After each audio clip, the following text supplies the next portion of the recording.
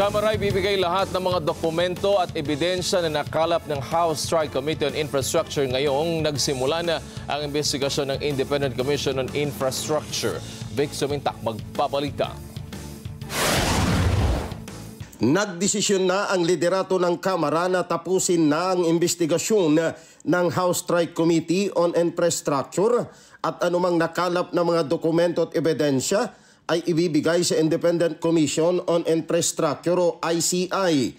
Ang House Tri-Committee on Infrastructure na binubuo ng House Committee on Accounts, Committee on Public Works and Highways at Committee on Good Government and Public Accountability ay nakapagsagawa na ng 2 beses na investigasyon. Sinabi ni House Deputy Speaker Iloilo Representative Janet Garin ang magiging papel ngayon ng Kamara ay makipagtulungan sa ICI sa investigasyon, lalo na ang mga kongresista na idinadawit sa maanumalyang flood control projects ng gobyerno, partikular sina dating Speaker Martin Romualdez at dating House Committee on Appropriations Chairman ako Bicol Party List Representative Saldico na kasalukuyang nasa Amerika.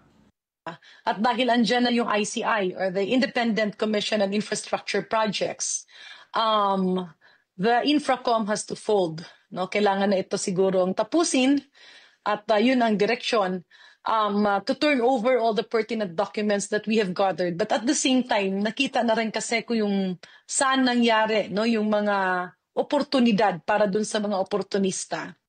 Inihayag ni Garin ang pagbibitiw ni Speaker Romualdez ay hindi nangangahulugan na hindi na siya kasama sa iimbestigahan dahil maliwanag ang pahayag ni Romualdez sa kanyang farewell speech sa plenaryo ng Kamara na handa niyang isumite ang kanyang sarili sa investigasyon ng ICI para malinis ang kanyang pangalan. Is not to put an end to the investigation. Ang pagbitaw niya ay dahil nakikita niyang natatamaan ang Kongreso, natatamaan ang mababang kamulungan, natatamaan rin ang Senado, no? Parehong natatamaan. And even the Department of Public Works and Highways ay natatamaan. So, as a leader, minarapat niyang bumaba. And this has been an ongoing talk for several weeks and days already. Hindi lang namin sinasabi sa publiko.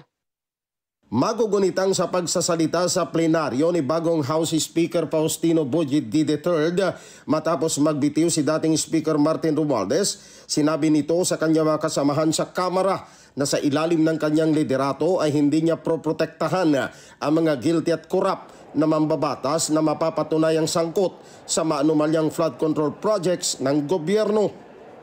Ako po ay kaisa ng ating mahal na Pangulo sa kanyang layunin na linisin ang pamahalaan upang tayo ay bumangon muli. Under my leadership, this House will change. I will not defend the guilty and I will not shield the corrupt. Vic Sumintak para sa Mata ng Agila, matatag, matapang, matapat.